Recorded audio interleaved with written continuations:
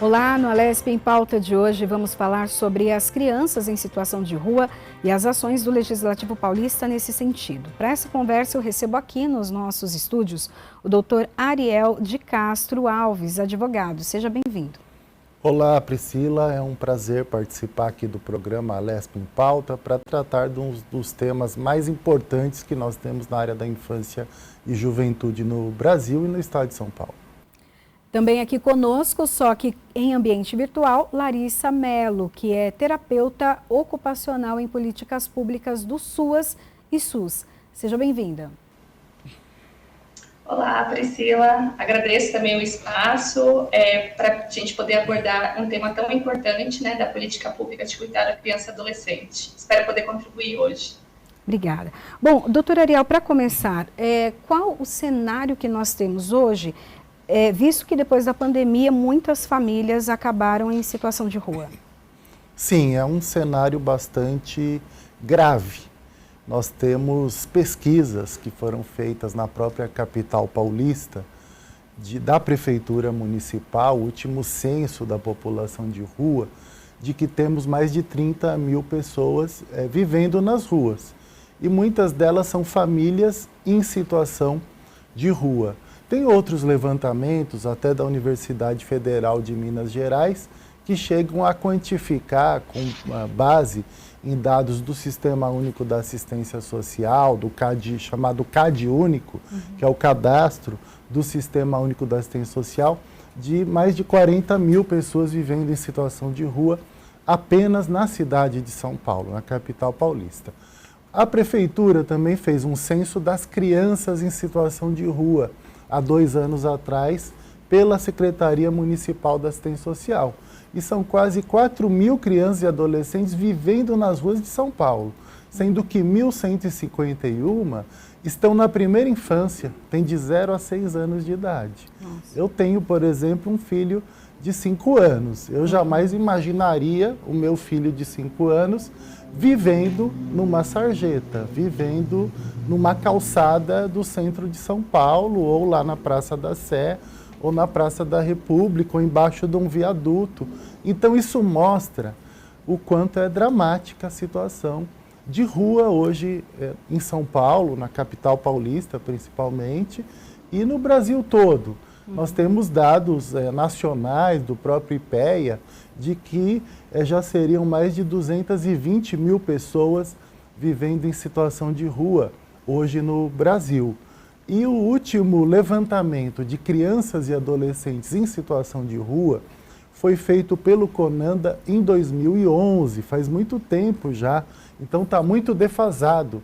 Na época que eu fazia parte do CONANDA, nós tínhamos 24 mil crianças e adolescentes vivendo nas ruas das cidades com mais de 300 mil habitantes. No ano passado, eu fui secretário nacional da criança e do adolescente e nós aprovamos no CONANDA, para a utilização dos recursos do Fundo Nacional dos Direitos da Criança e do Adolescente, a realização de um novo censo nacional sobre crianças em situação de rua, já que o último foi em 2011, está extremamente defasado. Certamente a população de rua de crianças e adolescentes pode ter até quadruplicado nesses anos todos. Então nós precisamos de um censo, porque o primeiro passo para a gente estabelecer as soluções dos problemas é termos levantamentos sobre os problemas, termos os diagnósticos, para depois termos os objetivos, as metas e como nós vamos implementar as políticas públicas diante dos desafios que são apresentados nos censos, nos diagnósticos. Então é fundamental.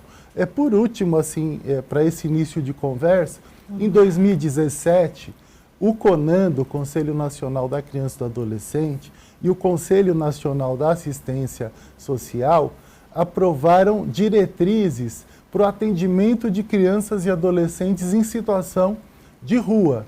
Mas essas diretrizes nós temos verificado que infelizmente acabam não sendo cumpridas, implementadas pelas prefeituras. A grande maioria dos municípios brasileiros não tem equipes com educadores sociais para abordagem das crianças e adolescentes em situação de rua, para que elas deixem a situação de exploração do trabalho infantil, às vezes até de exploração sexual, às vezes de envolvimento com a criminalidade e com as drogas, e voltem para o convívio familiar e voltem também para as escolas.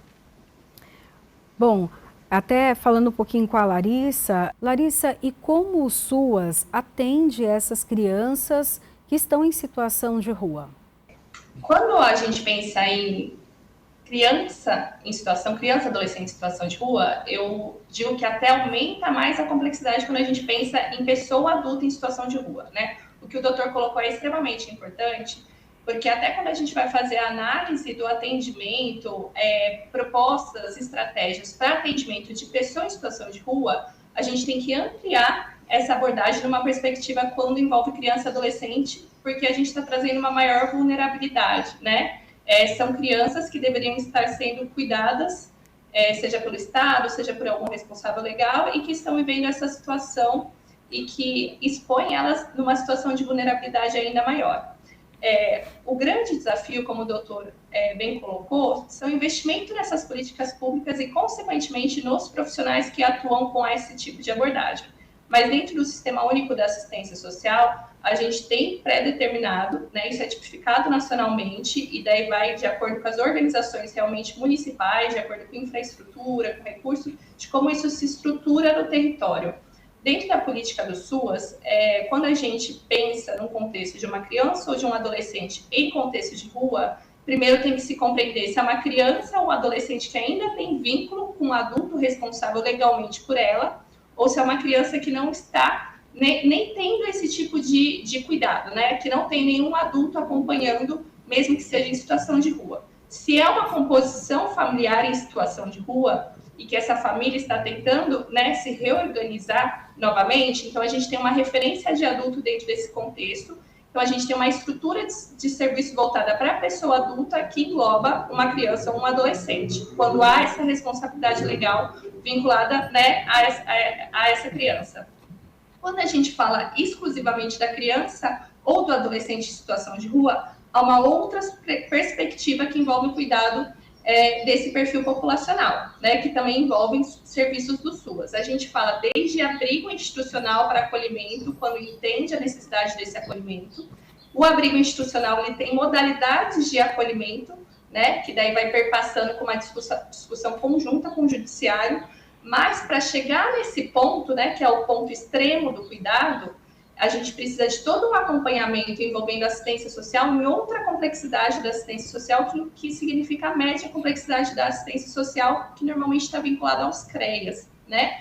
Que daí, dentro de um acompanhamento de CREAS, é quando envolve também um contexto familiar de forma conjunta, mas ainda vem de uma referência de residência. E tudo isso vai sendo articulado, mas aí tem um outro profissional na ponta que é fundamental, que está vinculado aos educadores sociais que o doutor trouxe, que seriam os educadores de abordagem de rua, né? Há necessidade de se ter serviço especializado de abordagem social, que é conhecido como SEAS. O SEAS é um serviço tipificado nacionalmente por meio do SUAS, que é um serviço que faz a abordagem em rua. Então, é o profissional que faz a busca ativa, que faz a identificação, que é acionado quando ele identifica essa pessoa, essa criança em situação de rua. E quando há criança ou adolescente em situação de rua, esse profissional ele tem que estar capacitado para esse tipo de abordagem que é diferenciada de uma pessoa adulta, que mesmo nessa condição ela ainda é responsável por si. Então, são todos os cuidados necessários que a gente precisa sempre estar analisando. E eu concordo completamente com o que o doutor trouxe, que a pandemia trouxe novos desafios e novas dificuldades que se ampliaram, né, o número de crianças e adolescentes nessa condição, além também de pessoas adultas. E tudo isso vai trazendo maiores desafios para o dia a dia de trabalho. E retomo, por mais que tenhamos tipificados esse tipo de serviços e de atuações profissionais, não significa que em todos os municípios estejam estruturadas dessa mesma forma. E São Paulo, por ser uma capital, com as dimensões que a cidade apresenta, com as dificuldades que a cidade apresenta, esse desafio se torna ainda maior. Uhum. Doutor, os dois falaram sobre essa abordagem às crianças que estão em situação de rua, seja aquela então que está com a sua família ou às vezes sozinha também, né? Tem um projeto de lei aqui na LESP, 814/2023, que autoriza a criação da Delegacia de Polícia de Proteção à Criança e ao Adolescente. Uma delegacia como essa seria também importante para uma questão educativa, de abordagem, de fazer também essa seleção, principalmente porque as crianças elas correm muitos riscos, né? Sim, Priscila. É sempre bom lembrar que as delegacias elas são muito mais para repressão daqueles que praticam violações ou violências do que propriamente são programas que têm essa natureza social, né? Os programas que têm essa característica social são esses que a colega Larissa estava exemplificando, vinculados ao Sistema Único de Assistência Social. Outros vinculados ao Sistema Único de Saúde, por exemplo. Se a criança está na rua por questão de drogadição, por questão de problemas, doenças mentais, ela vai ser atendida no CAPS Infanto-Juvenil ou no CAPS Álcool e Drogas. Por isso a importância também dos consultórios de rua, que eles vão fazer uma abordagem adequada daqueles que estão no uso abusivo de drogas, como o caso de crianças e adolescentes que frequentam a Cracolândia, ou não só a Cracolândia do centro de São Paulo, mas disseminadas nas várias regiões da cidade, infelizmente nas cidades do interior, no Brasil inteiro. Então é importante dizer que essa proposta de delegacia especializada da criança e do adolescente, ela é antiga.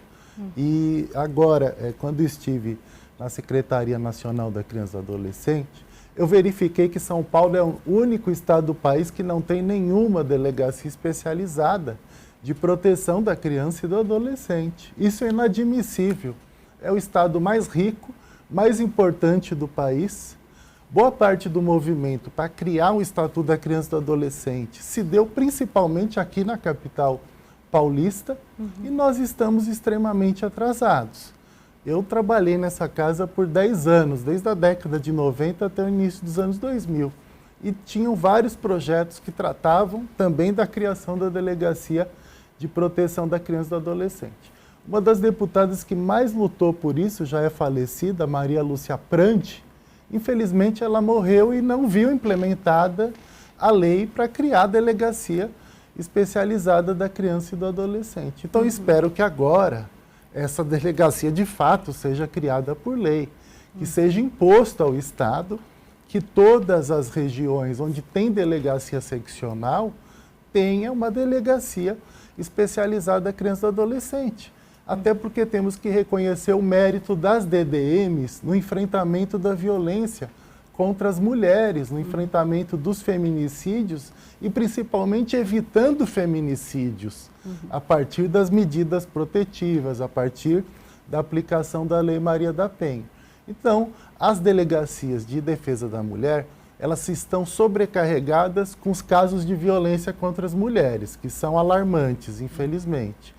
Elas não dão conta de atender também as crianças e adolescentes vítimas de violência. E até há pouco tempo, sequer as DDMs abriam à noite e nos finais de semana. Hoje algumas abrem, a maioria não está disponível. E a Larissa sabe muito bem que a violência doméstica ela ocorre principalmente à noite e nos finais de semana. Então é nesses momentos que nós precisamos de Delegacia de Defesa da Mulher aberta 24 horas e de Delegacia de Proteção da Criança e do Adolescente. O mérito da Delegacia de Proteção da Criança e do Adolescente é que ela teria que ter uma equipe técnica, não basta ter policiais. Tem que ter policiais, mas formados na área da criança e do adolescente, quer dizer, igual os juízes da infância. Eles passam num concurso comum para todos que prestaram o concurso. Depois eles vão para a escola da magistratura e vão tratar de temas da área da infância e juventude. E com caráter multidisciplinar. A Larissa sabe muito bem, o direito sozinho não dá conta da complexidade dos temas da infância e juventude, dos temas sociais. Não basta o mero legalismo para que a gente, de fato, garanta a justiça na vida das crianças, dos adolescentes e das famílias.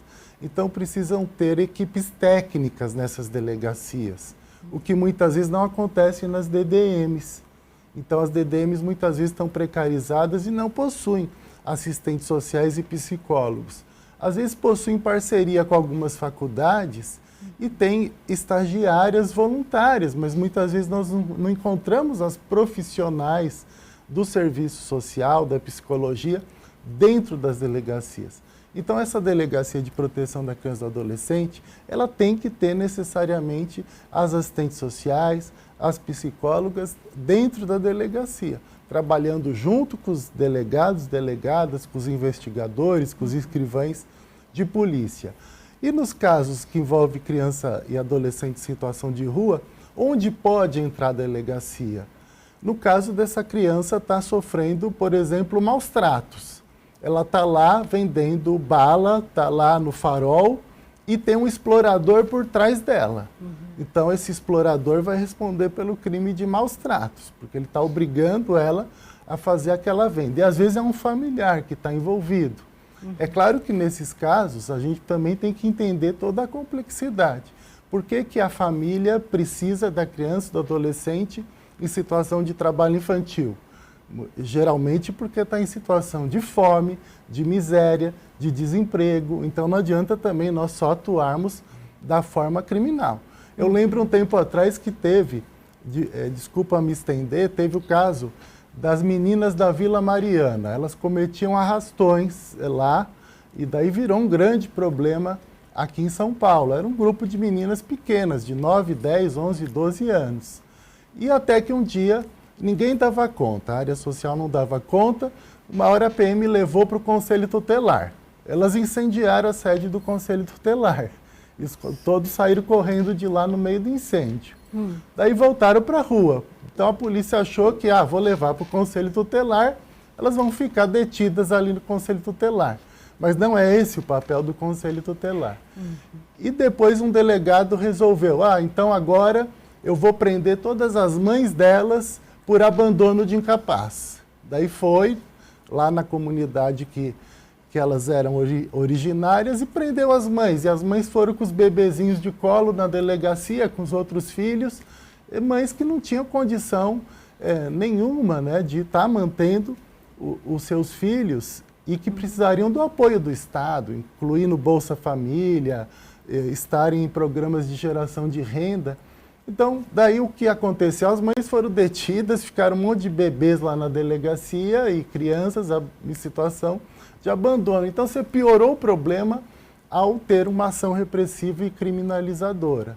E daí nós tivemos que interferir pela OAB para dizer que aquilo era um abuso, que na verdade o trabalho com as famílias tinha que ser social. Daí que entrou a assistência social, daí que entrou a prefeitura, o Estado, para trabalhar com essas famílias e incluí-las socialmente. E daí deu conta para que essas meninas não continuassem lá em situação de rua, abandono e cometendo furtos na Vila Mariana. Então a delegacia da criança e do adolescente, ela vai ter que atuar diante dos casos de acordo com as complexidades e verificar se tem situações para combater crimes contra essas crianças em situação de rua e também elas vão atender em geral os casos de violência contra as crianças e adolescentes, principalmente de maus tratos, de tortura e várias outras situações de exploração sexual. Esse que é o papel dessas delegacias. Larissa, sua opinião também em relação a isso? Eu concordo com o que o doutor está trazendo, porque o que ele traz é a intersetorialidade do cuidado, né? Nenhuma política pública cuida de forma isolada e nem deve, nem pode, né? A gente tá falando de pessoas que têm diversas demandas e frentes de cuidado na vida e para isso a gente tem as políticas públicas instituídas para ir desenvolvendo esse cuidado, né? Então, quando ele traz os equipamentos do Sistema Único de Saúde, quando a gente fala dos equipamentos do Sistema Único da Assistência Social, quando traz a segurança pública, a gente está falando, né, da intersecção desses cuidados direcionando o olhar para essa criança, para esse adolescente. Mas é exatamente dessa forma e por isso a complexidade. Uma criança ou um adolescente, ele não fica em situação de rua de uma hora para outra, né? Ele não começa a situação de rua numa situação pontual. Tem toda uma estrutura por trás que normalmente já envolve uma situação de vulnerabilidade dessa família para que ocorra a situação de rua dessa criança e desse adolescente.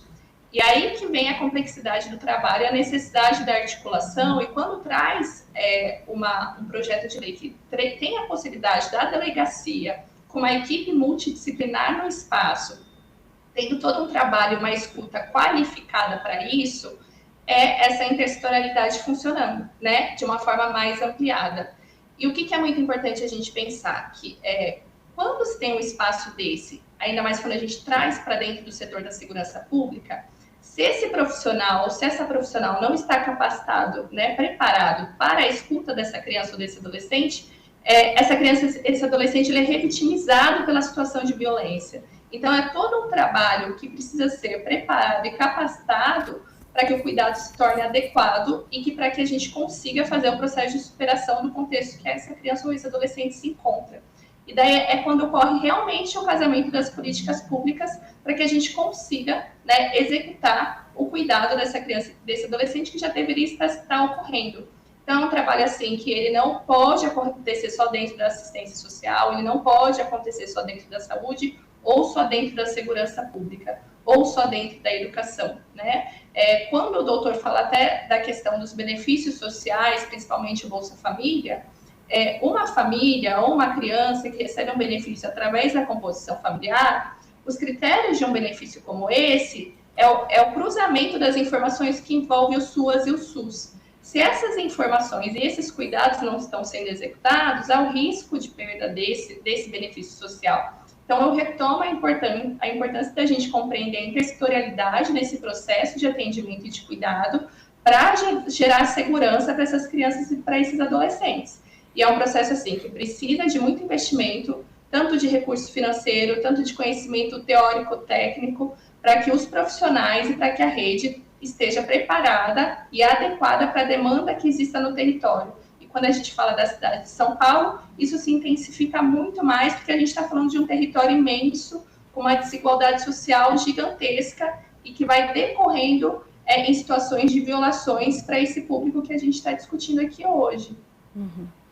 Doutora Ariel, a senhora acha que algumas famílias chegam a essa situação de extrema vulnerabilidade, então vivendo ali na rua, e aí, com crianças pequenas inclusive, talvez por não saberem dos benefícios que tem, por exemplo, as ajudas que tem econômicas, porque são momentos da vida, né? Pode ser aquele momento de desemprego, passamos um pós-pandemia que teve muito desemprego, um pós-pandemia ainda com falta de emprego.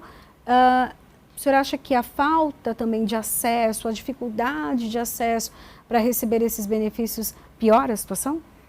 Sim, acho que uma das questões mais importantes aqui, aproveitando a fala da Larissa, é que realmente a criança ela não vai para a rua de repente. Uhum. Então tem toda uma estrutura por trás da questão da vulnerabilidade social. Eu sempre digo que o primeiro sinal de alerta que uma criança está em risco é quando ela não frequenta a escola, ou porque nunca foi para a escola, e o que acontece muitas vezes no ensino infantil e nas creches, até porque nós só temos vagas para 40% das crianças e adolescentes de 0 a 3 anos nas creches do Brasil. A capital paulista, pelo que está informado, zerou esse déficit, o que é importante.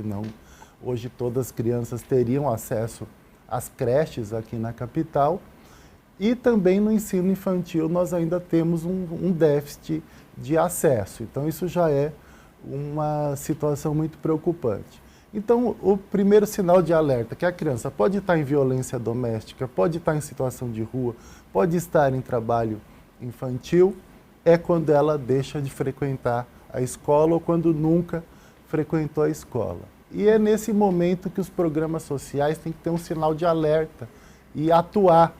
Por isso a necessidade de cumprir a notificação sempre compulsória de quando a criança não está frequentando a escola, ou quando na busca ativa, que vários agentes podem fazer, agentes sociais, agentes de saúde, ou mesmo os vizinhos podem denunciar da criança que nunca foi matriculada nem frequentou a escola. Então, quando se identifica essas situações, as escolas precisam avisar o conselho tutelar e as medidas precisam ser tomadas para verificar com a família por que a criança não está frequentando a escola. Às vezes ela não está frequentando a escola porque ela pode estar em situação de rua, pode estar num farol, pode estar vendendo coisas, né? Pode estar como ambulante. Então tem uma série de situações que ela estaria em situação de rua. E daí, nesses casos, como a Larissa citou, nós temos os programas do Sistema da Assistência Social. É importante até reconhecer que há 10 anos atrás nós não tínhamos a estrutura da assistência social que nós temos hoje, de centros de referência da assistência social, os CRAS, presente na grande maioria dos municípios, que é o principal local para o acesso a esses benefícios sociais. Nós vimos há algum tempo atrás, né, já faz mais de um ano, mesmo aqui na capital, algumas filas nos CRAS, né, principalmente no período da pandemia. As pessoas buscando informações, buscando ingressar nos programas sociais, no próprio auxílio que tinha na época. Esse problema parece que foi resolvido. Mas é necessário realmente que a população ela conheça quais são os programas sociais, buscando, né, na própria internet. E muitas vezes essas siglas que a gente utiliza, como CRAS, como CREAS, elas dificultam o acesso também. Porque, então, a gente que atua na área, a gente muitas vezes utiliza um monte de siglas que as pessoas acabam não entendendo. A gente fala SUAS. O que uma pessoa leiga vai identificar como SUAS? Então, é sempre bom a gente dizer Sistema Único da Assistência Social, Centro de Referência da Assistência Social. Ou o CREAS, o Centro de Referência Especializado da Assistência Social. Quando as famílias já estão num estágio mais avançado de vulnerabilidade, de violência, de laços familiares rompidos, de situação de rua, os CREAS vão atuar diante dessas situações. E hoje a grande maioria dos municípios possuem esses programas. Os conselhos tutelares, nós estamos tratando de crianças em situação de rua. Os conselhos tutelares, eles são os articuladores e mobilizadores do sistema de garantia de direitos da criança e do adolescente. Então as pessoas podem procurar até o Disque 100 para dizer que tem uma criança em situação de rua em tal lugar, morando ali numa praça, né? Morando entre aspas, porque a rua não deveria e não pode ser moradia de ninguém. Então é necessário que toda a sociedade também participe desse processo, né? Que as pessoas denunciem as situações de trabalho infantil e as situações de exploração e as situações de rua. É sempre importante dizer, muitas vezes as pessoas, melhor estar trabalhando do que roubando. Ai, que bonito, a criança está lá vendendo flor lá na Vila Madalena à noite. Mas aquela criança que está vendendo flor na Vila Madalena com 9, 8 anos de idade, de madrugada ela vai ter que ir lá para Marcilac, para Parelheiros, para São Miguel Paulista, e ela está sujeita a uma série de riscos. Muitas vezes as crianças em situação de rua, elas são aliciadas para a exploração sexual, são aliciadas para o tráfico de drogas e acabam se envolvendo também com furtos e com roubos, porque são aliciadas por criminosos.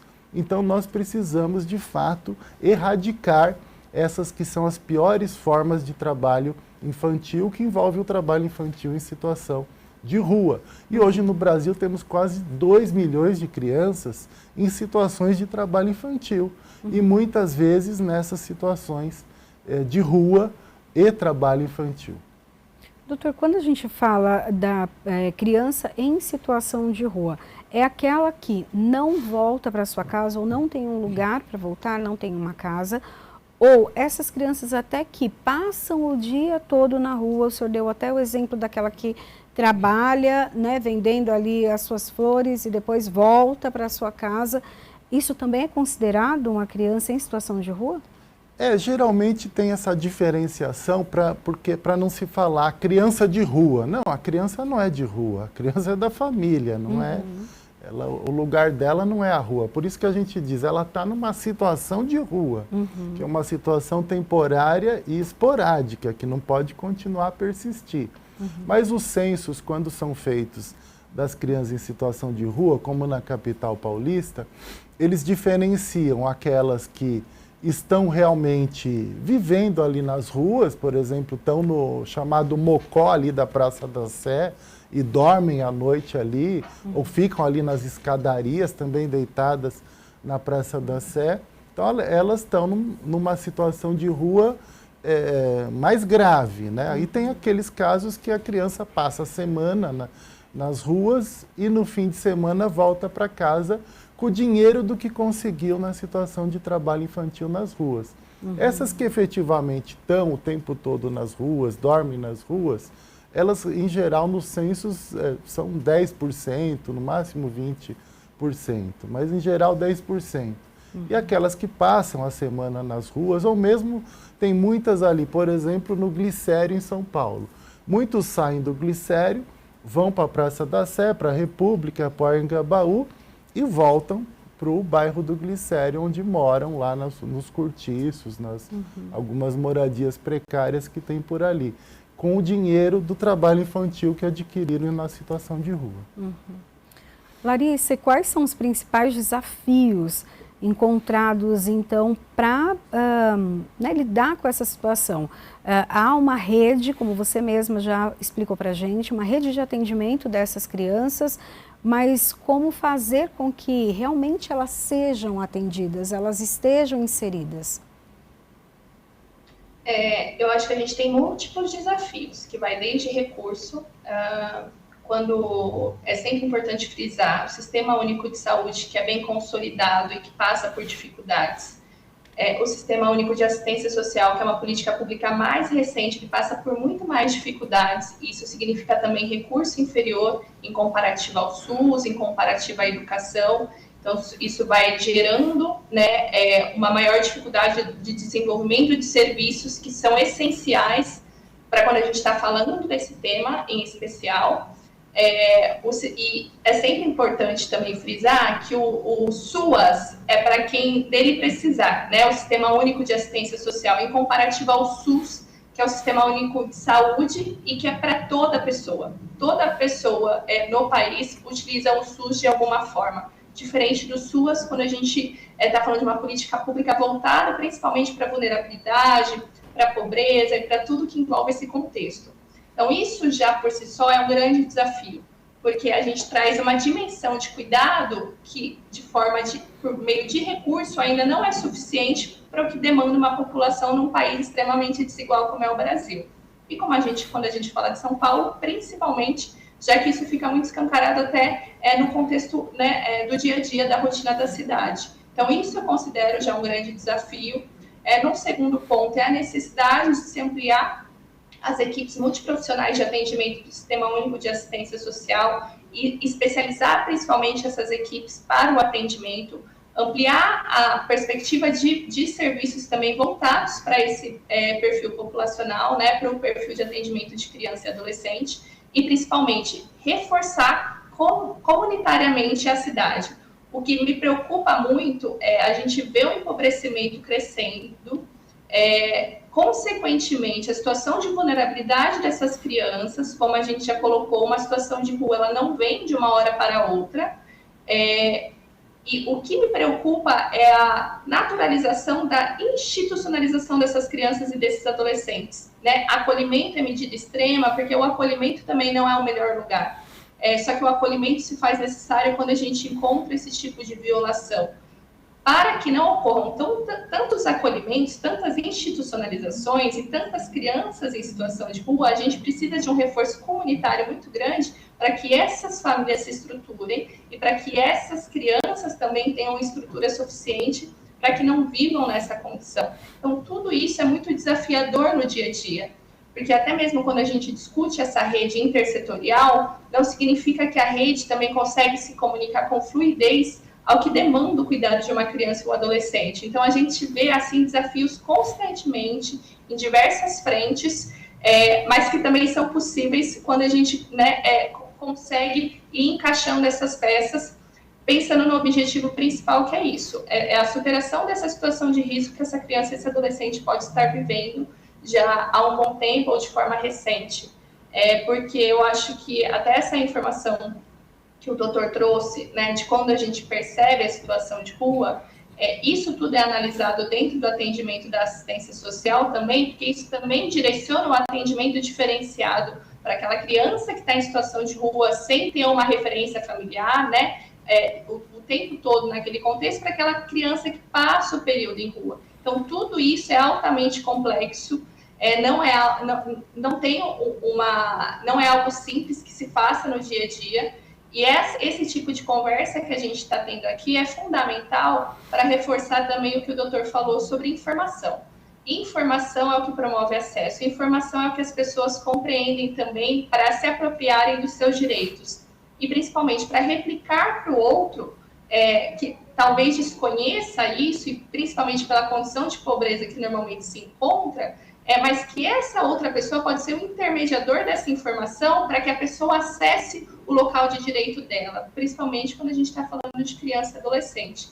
Então, os desafios eu entendo em todas essas frentes, mas que também no dia a dia, quando a gente percebe isso se encontrando, isso também é possível de ser superado. Uhum. Eu, até aproveitando a fala da Larissa, que ela comparou com o sistema único da saúde, né? Uhum. Assim como a educação também, que é um sistema universal de acesso a todos. E esses sistemas, eles têm recursos vinculados.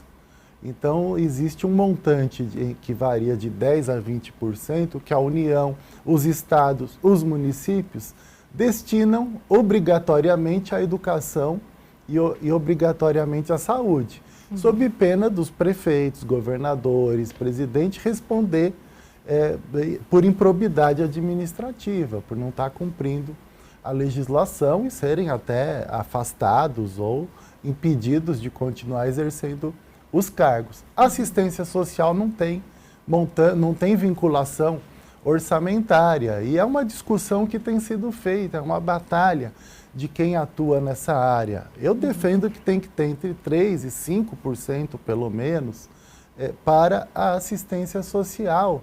Isso nos municípios, nos estados, na federação, porque, de fato, como é que nós vamos enfrentar uma realidade hoje, no Brasil, de 33 milhões de pessoas passando fome, fora mais de 100 milhões que estão em insegurança alimentar?